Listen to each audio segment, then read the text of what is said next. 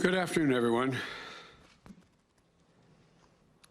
Last week in Pittsburgh, Pennsylvania, I announced my plan to rebuild what I refer to as the backbone of America through the American Jobs Plan. It's not a plan that tinkers around the edges.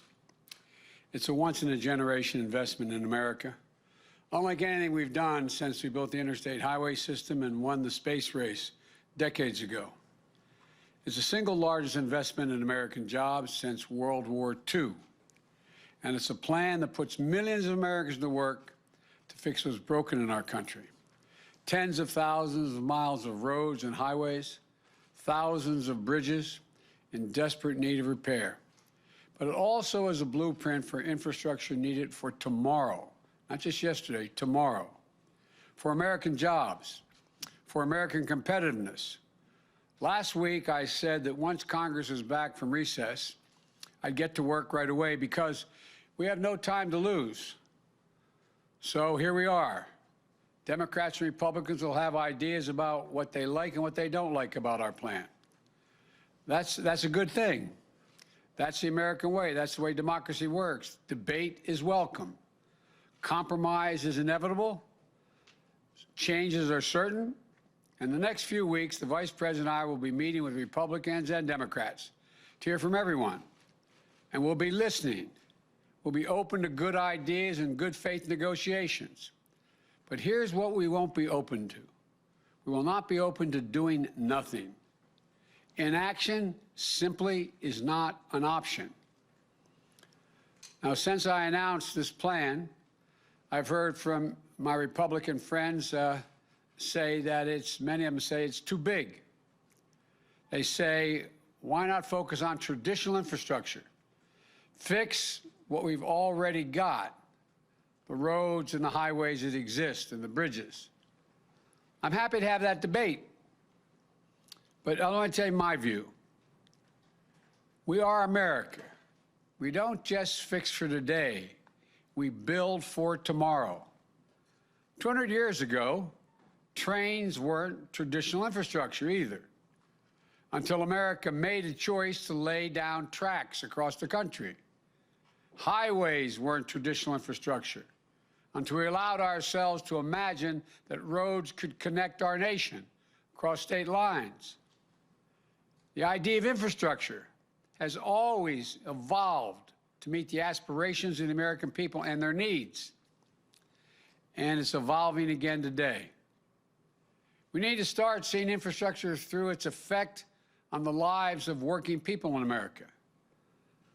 What is the foundation today that they need to carve out their place in the middle class, to make it, to live, to go to work, to raise their families with dignity, to ensure that good jobs will be there for their kids, no matter who they are or what zip code they live in?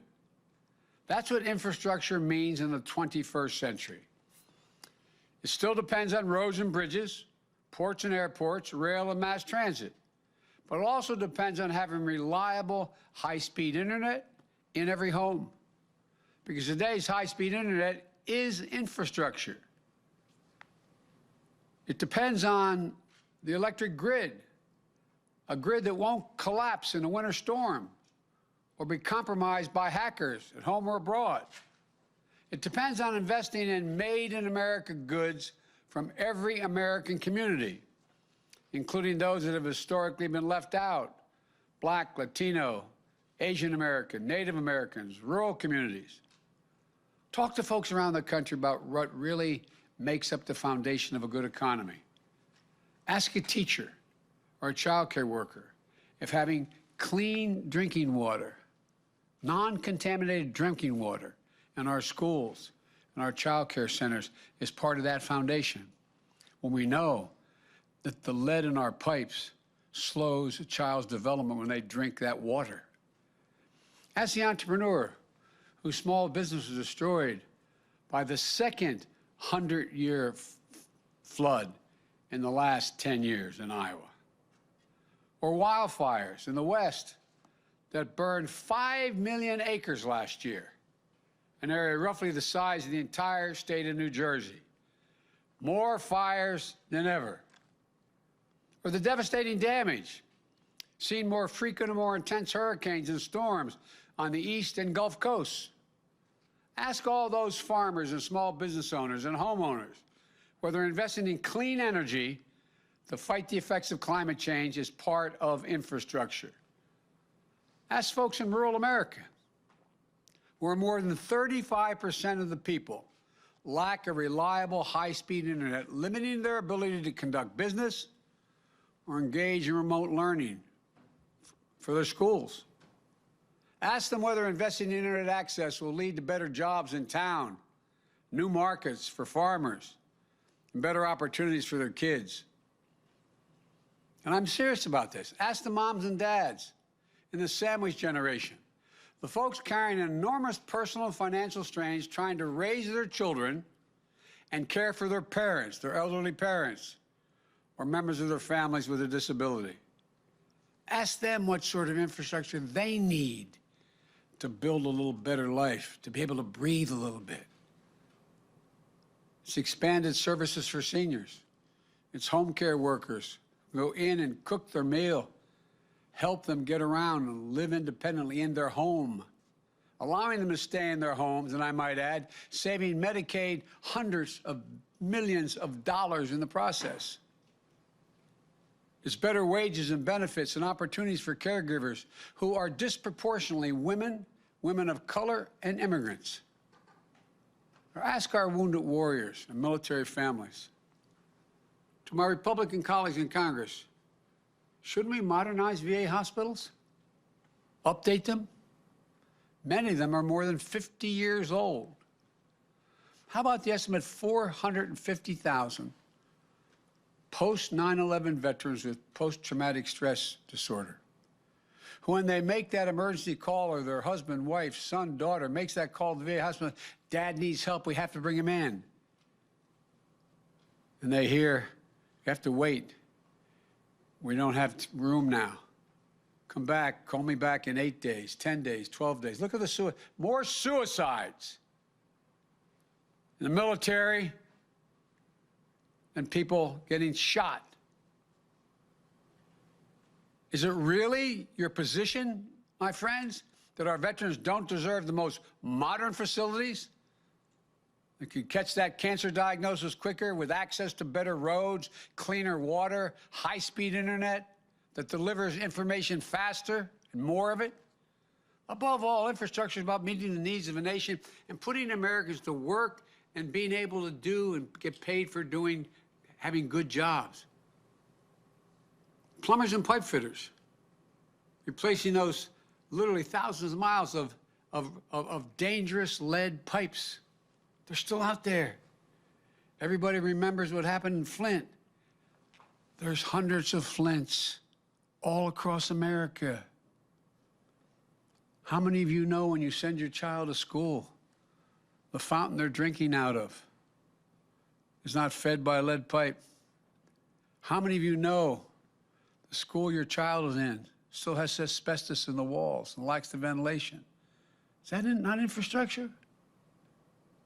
Line workers and electricians laying transmission lines for a modern grid, providing over 500,000 charging stations on the highways we are going to build to accommodate electric vehicles so we can own the future. Construction workers and engineers building modern hospitals and homes for American families. Healthcare workers, steel workers, folks who work in the cutting-edge labs.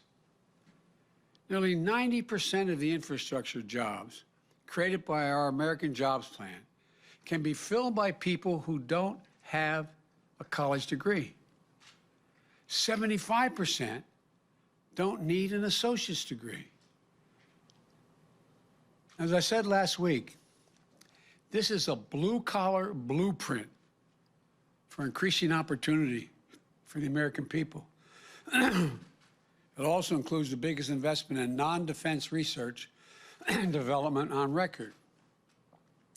I promise you, it's not part of my speech, but I promise you, you're all going to be reporting over the next 6 to 8 months how China and the rest of the world is racing ahead of us in the investments they have in the future, attempting to own the future, the technology, quantum computing, investing significant amounts of money in dealing with cancer and Alzheimer's.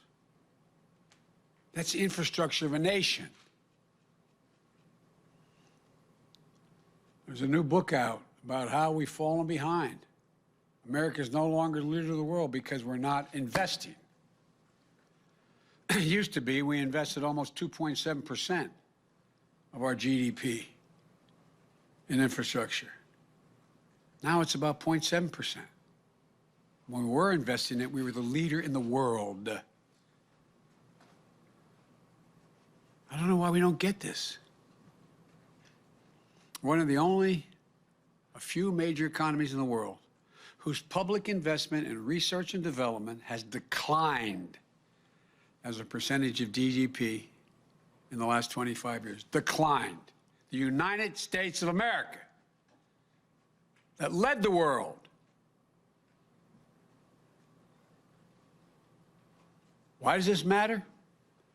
Investing in research and development helped lead to lithium batteries, LED technology, the internet itself. It helped lead to vaccine breakthroughs that are helping us beat COVID-19, to the Human Genome Project, which has led to breakthroughs in how we understand and fight cancer and other diseases. Government, meaning the taxpayers, funded this research. Government.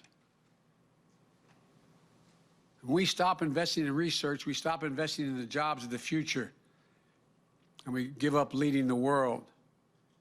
When we do invest in research, what we're really doing is raising the bar on what we can imagine.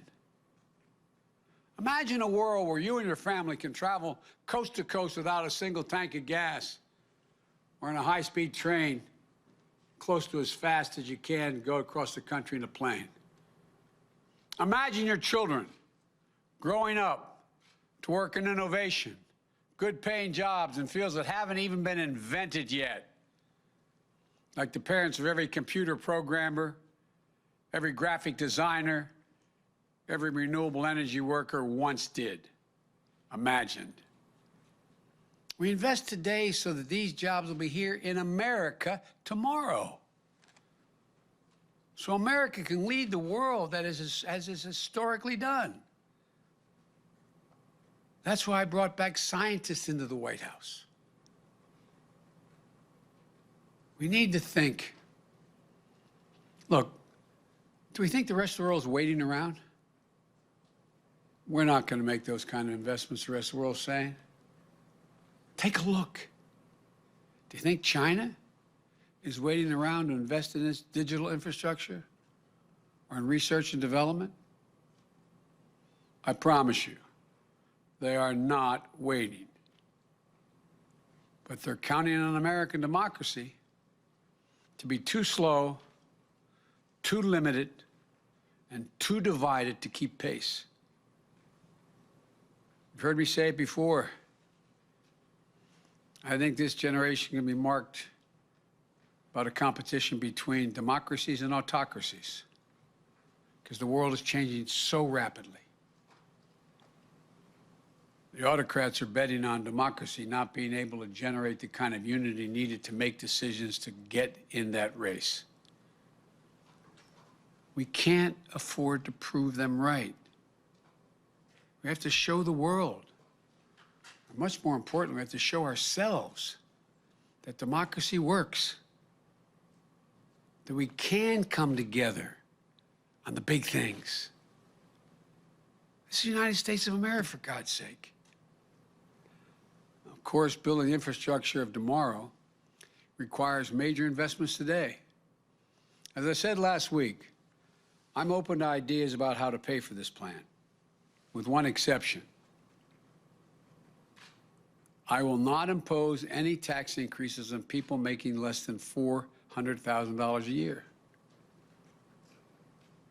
If others have ideas out there on how to pay for this investment, without violating that rule, they should come forward. There's all kinds of opportunities. Just list all the tax breaks that I find difficult to explain. Wealthy deductions, $360 billion if you cap them, top rate of 39%, which it used to be for years, all the way to the Bush administration, almost $250 billion, corporate minimum tax, and the fossil fuel giveaways of $40 billion, et cetera. I could go on. But let me tell you what I proposed, how to do it. We're going to raise the corporate tax rate.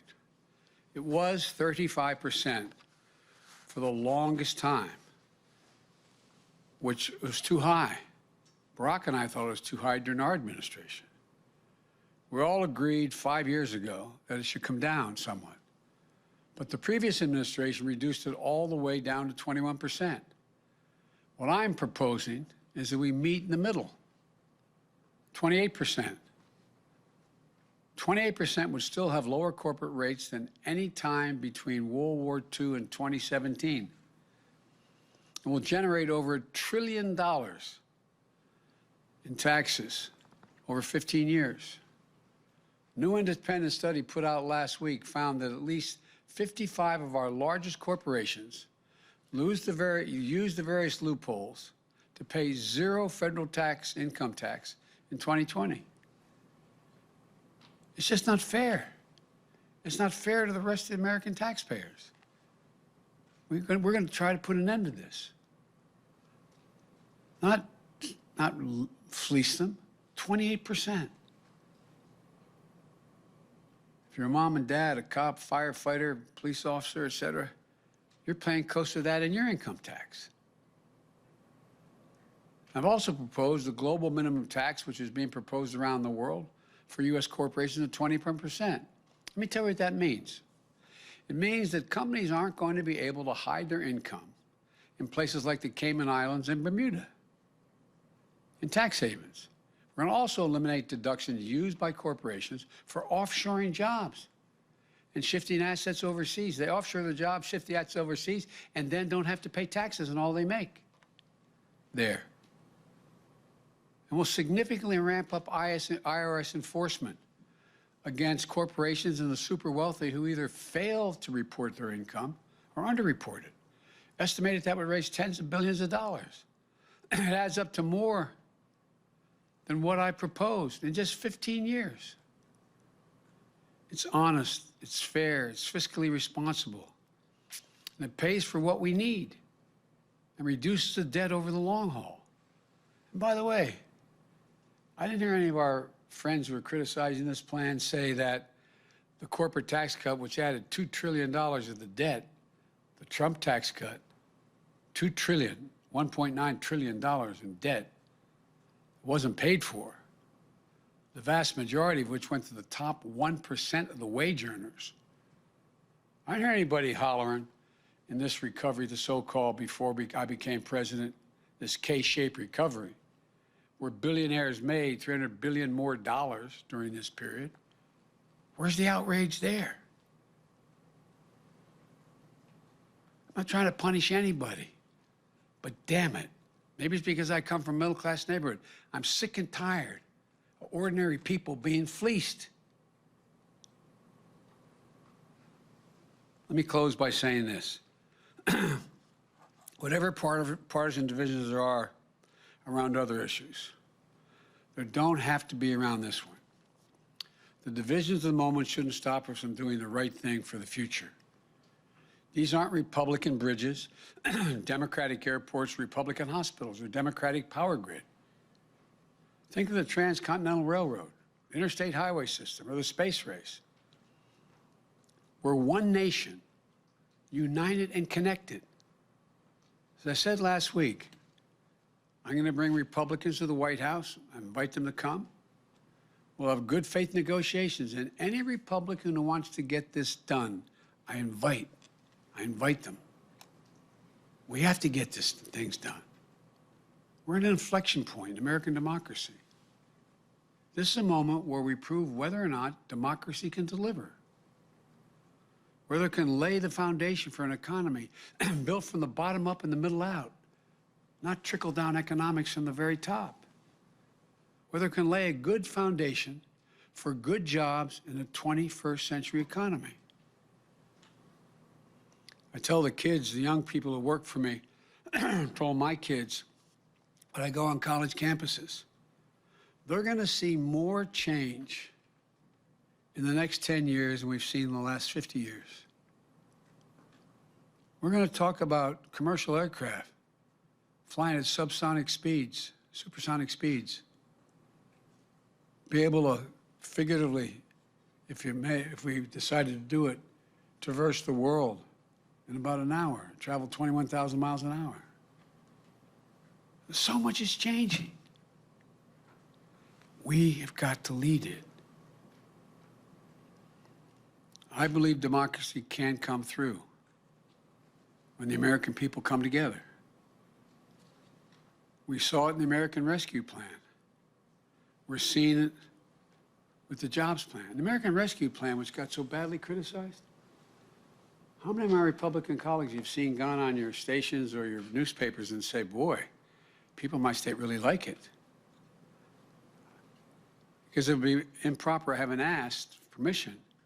The number of Republicans and Democrats who were hesitant have called me saying, God, this really works. Overwhelming majority of the American people, Democrats, Republicans, Independents, support infrastructure investments that meets the moment. So I urge the Congress, listen to your constituents, and together we can lay a foundation for an economy that works for everyone and allows America to remain the world leader. When we do that, I believe, as I said last week, that in 50 years from now, when people look back, they'll say, this was the moment together that we won America's future. I really believe that. Thank you all. May God bless you, and may God protect our troops. Thank you. Mr. President, are you willing to go lower than the 28% corporate tax rate? I'm willing to listen to that. I'm wide open to, but we got to pay for this. We got to pay. There's many other ways we can do it, but I'm willing to negotiate that. I've come forward the best, most rational way, in my view, the fairest way to pay for it. But there are many other ways as well, and I'm open. Will you have failed on your promise of bipartisanship if you don't get Republicans on board with this plan, your first plan passed along party lines? Look, what I said was I would try to work with my friends on the other side. There are things we're working on together, some of which we passed and some we will pass. But the last plan, I laid out what was available, what I was suggesting, and how I deal with it. And a bipartisan group came to see me. And then the Republican group came to see me. And they started off at $600 billion, and that was it. If they come forward with a plan that did the bulk of it, and it was $1.3 billion or $4, 2 or 3, that allowed me to have pieces of all that was in there, I would have been prepared to compromise. But they didn't. They didn't move an inch. Not an inch. But for example, I am dealing with a bipartisan group that came to see me.